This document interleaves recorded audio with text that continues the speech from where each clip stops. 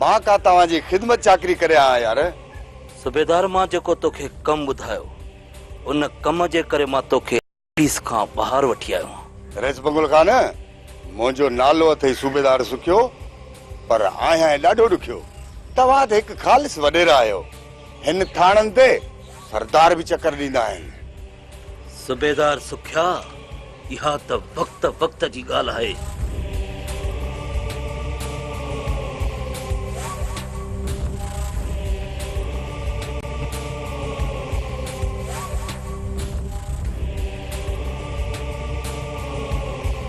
कहानी जबरदस्त आहे रईस बंगुल खान। अहिड़े क़िस्म जी कहानी रईस दरिया खान बि कल लिखाए वियो आहे।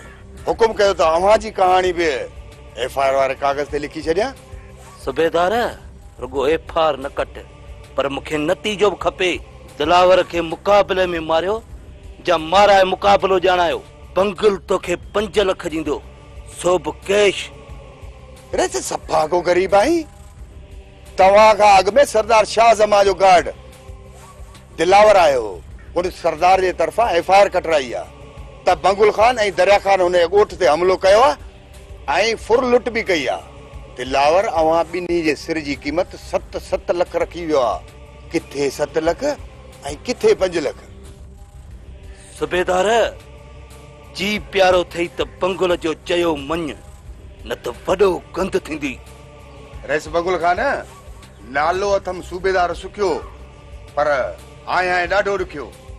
ख़ुदा हाफ़िज़।